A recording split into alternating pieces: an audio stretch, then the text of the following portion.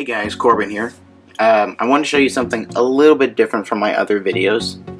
I've never done any videos with this, which is the Barnes & Noble Nook Simple Touch e-reader. They've had this selling for a while now. It's their most basic e-reader, but it's actually pretty cool because it's running Android 2.1 underneath the whole Nook interface. And it's actually possible to root this and install custom apps. So I wanted to try the Macintosh II emulator that I showed in another video. So let me unlock it and I'll put it up here. This is the same exact app that I showed on my watch in my last video. So here you can see it's running. It's not running. It's showing the missing boot disk animation. So I mapped my Nook to do certain keys for these buttons, which are normally page turn. This is a back button, this is a menu button. So we're going to click the menu button and insert disk. And I've got system images for a couple different system versions of Mac. So we're going to run 7.5.3. And it's booting up. I think it's about the same speed as Android Wear. I don't know off the top of my head what CPU this uses. Probably some old Snapdragon or something. You don't need much power to read books. Alright, so we're at the desktop and you can see it's showing the Macintosh hard drive or the boot disk. And here's the system folder, simple text, a couple apps. So let's go to the Apple menu and show the Macintosh info. There we go. So you can see this is running Mac System Software 7.5.3 Revision 2. Sorry, it's really hard to see with the light. Copyright 1995 with 8 megabytes of RAM. So that's how much the Macintosh II had. I'd say the emulator works a lot better on here than it does the watch.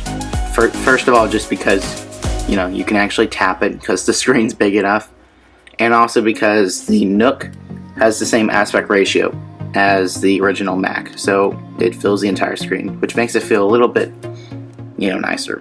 And also Macintosh software plays nice with black and white screens, so it's not really a big deal. One thing that is a little bit annoying is that the Nook Simple Touch does have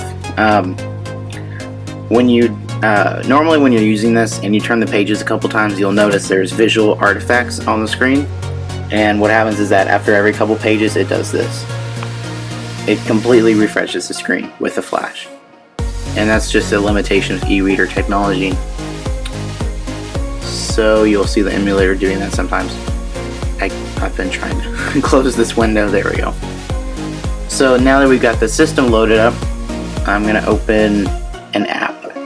So, whoops, wrong button. What's this one? There we go. And I will insert a disk. And I've got a couple different ones here. Let's do apps. There's a couple abandonware Mac software sites that host this kind of stuff, and it's really, really cool to play around with. So there we go. This disk has a couple different things on it. The one I really want to show is Photoshop 1.0 for Mac, which is really neat. If it will open. Come on, there we go. Took a couple tries. Let's open it. So you can see it's flashing a couple times. There we go. Adobe Photoshop version 1.0.7. Alright. I think it's going to give me an error because I tried this earlier and it did, but it's still running. You can see the toolbar. We're going to make a new file. Give it a second. There we go.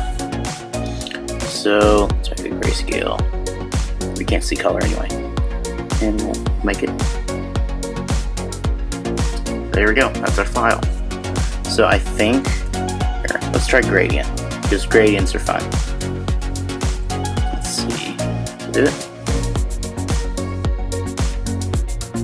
It's thinking. There we go. So there you go. We got a nice gradient there. Awesome. So yeah, that's basically Photoshop. This is fully functional Mac system running on an e-reader. You know, I can see this definitely working for old games if you want to just hop on the couch and play SimCity. Let me know if you want to see any more videos of things running on this, because I have actually got some other stuff working. I got DOSBox working. That took forever, but it's really cool. I think I have an Apple II emulator on this as well, so I'll shut it down. And thanks for watching the video. See you later.